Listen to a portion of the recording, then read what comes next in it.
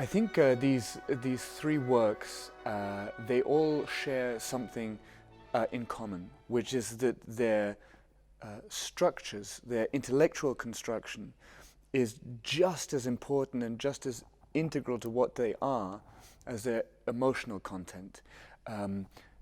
Beginning with the Bach, there are few, if any, composers, probably no composers, whose intellectual perfection marries up with the emotional content. And so we begin, in a sense, with him on this journey. Every note fits perfectly like a puzzle. And yet when you allow it to speak, that's the challenge of performance, is performing it with relaxation and with freedom. There is nothing you really need to add on top of it because of the perfection of its construction.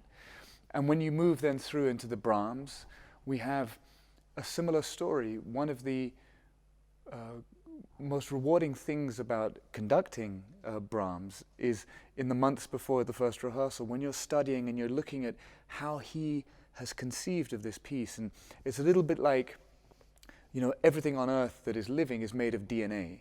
And in Beethoven, as with Bach, as with Brahms, you see this little bit of DNA that is the symphony, and everything stems from this. Everything is constructed from it.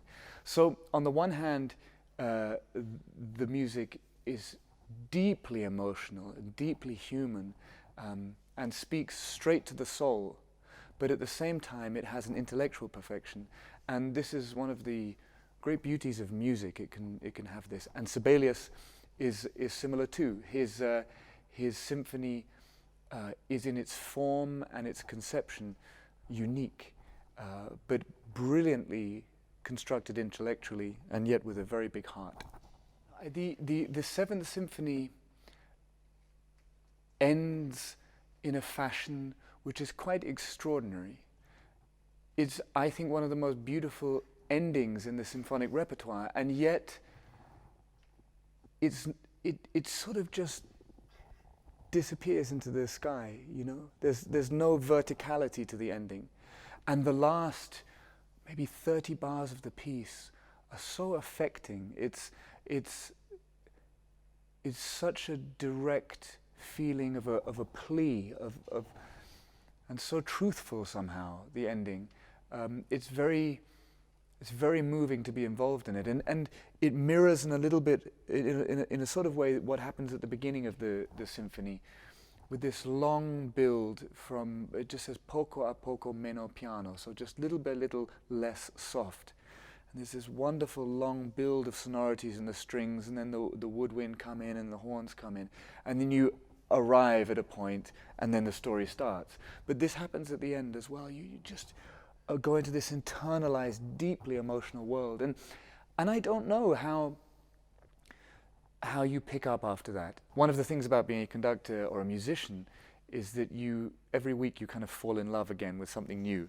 And whenever I'm doing Brahms, I think that there is no greater composer. And then a week later I do Mozart, and then a week later I do someone else, and it's one of the beauties of our lives. But there is no greater composer than Brahms for me. And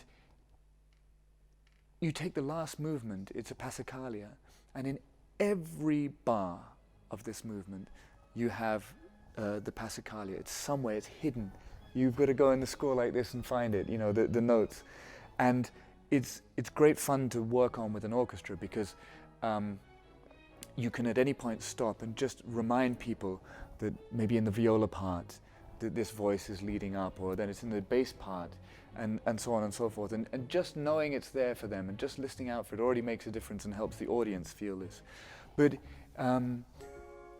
it's a beautiful example, this symphony, of what has happened so often in music, that you have composers who are rooted through their training and through their philosophy in the great traditions of the past.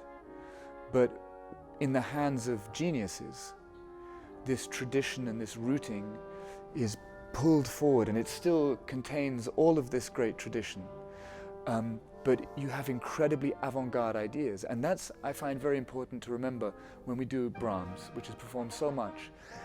it is full of avant-garde ideas. You know, in the first movement, you have these parallel tenths, and you have these 6/4 chords. Now, for us, we're so used to the symphony, but at the time, these were incredible ideas. His recapitulation, so when the beginning of the piece comes back in the first movement, he's distorted it. It's like looking at it through a window that's opaque, you know, and this is very unusual for the time. It's genius avant-garde. And then the same thing with the last movement. It's rooted in a passacaglia, an old form, but how he plays with it and how he manipulates it is completely modern. So in every way, engaging with this symphony is an education in what it is to be human, you know, because we're all rooted in our past, but we're all looking to the future.